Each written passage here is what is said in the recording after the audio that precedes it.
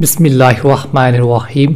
حضرت محمد بن عبداللہ بن حجج رضی اللہ عنہما سے روایت ہے کہ ہم لوگ ایک دن مسجد کے میدان میں جہاں جنازے لا کر رکھے جاتے تھے بیٹھے ہوئے تھے۔ رسول اللہ صلی اللہ علیہ وآلہ وسلم بھی ہمارے درمیان تشریف فرما تھے۔ آپ صلی اللہ علیہ وآلہ وسلم نے آسمان کی طرف نگاہ مبارک اٹھائی اور کچھ دیکھا، پھر نگاہ نیچی فرمائی اور ایک خاص فکر مندانہ انداز میں اپنا ہاتھ پیشانی مبارک پر رکھا اور فرمایا، سبحان اللہ، سبحان اللہ، کس قدر سخت وعیدیں نازل ہوئی ہیں۔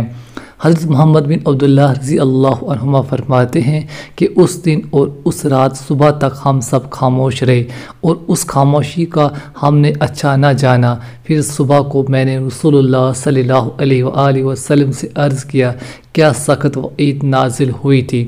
رسول اللہ صلی اللہ علیہ وآلہ وسلم نے ارشاد فرمایا، سخت وعیدیں قرضے کے بارے میں نازل ہوئیں۔